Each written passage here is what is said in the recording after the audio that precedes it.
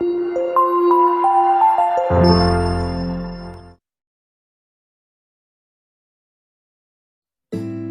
menonton video ini, jangan lupa subscribe, tekan tombol lonceng agar kamu tidak ketinggalan informasi positif dan terupdate dari Aforisme TV.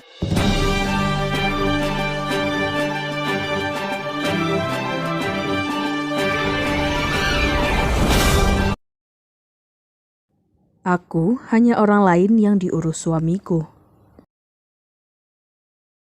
Aku hanya orang lain yang kebetulan diurus suamiku. Kisah nyata dengan perubahan nama, tempat, kejadian, dan sedikit fiksi.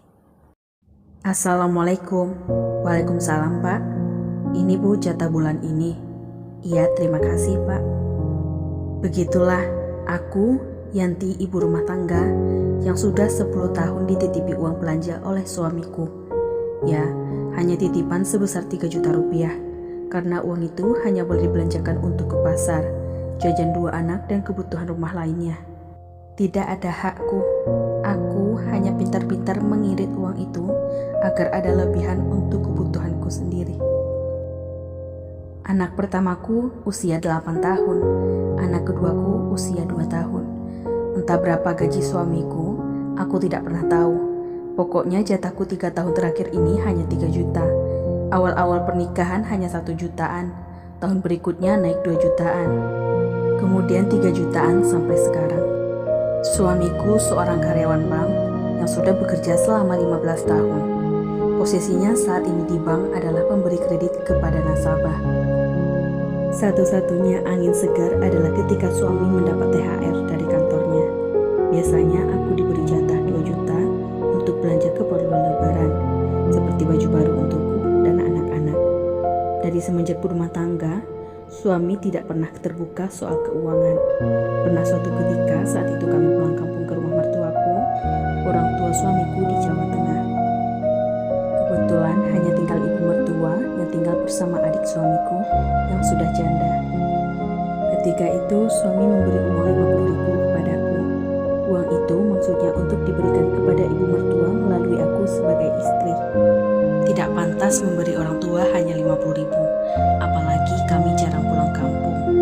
Akhirnya aku tambah dengan uang belanjaku 150.000, sehingga aku memberikan 200.000 kepada ibu mertuaku. Tapi ternyata ketika aku sedang menyusui anakku di kamar depan, aku mendengar percakapan ibu mertuaku dengan adik iparku.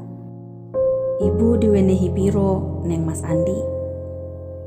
Diwenehi 1 juta, tapi Yanti yo wenehi meneh 200.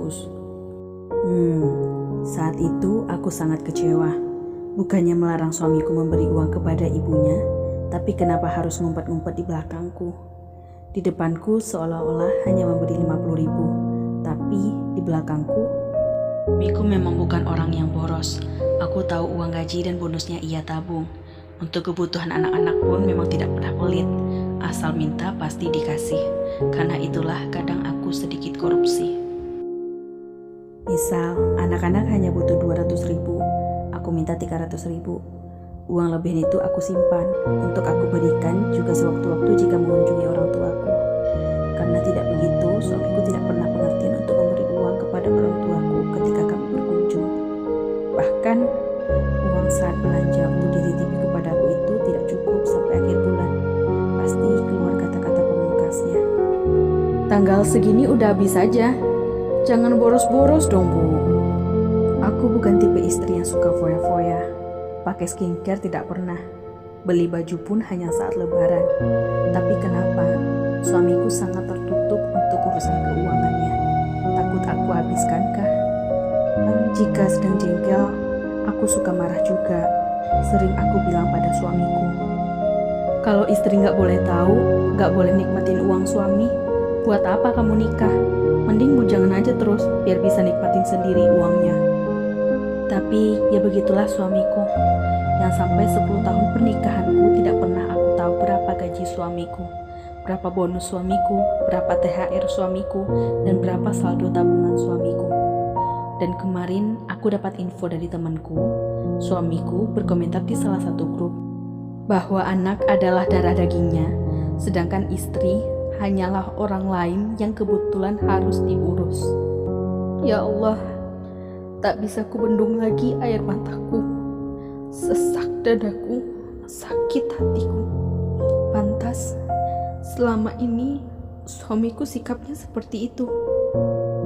Ternyata selama ini 10 tahun aku mengabdi hanya dianggapnya sebagai orang lain.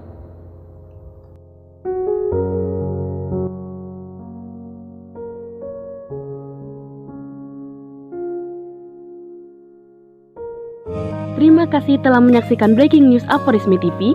Saksikan terus channel Aforisme TV untuk mengetahui berita terbaru dan terupdate lainnya.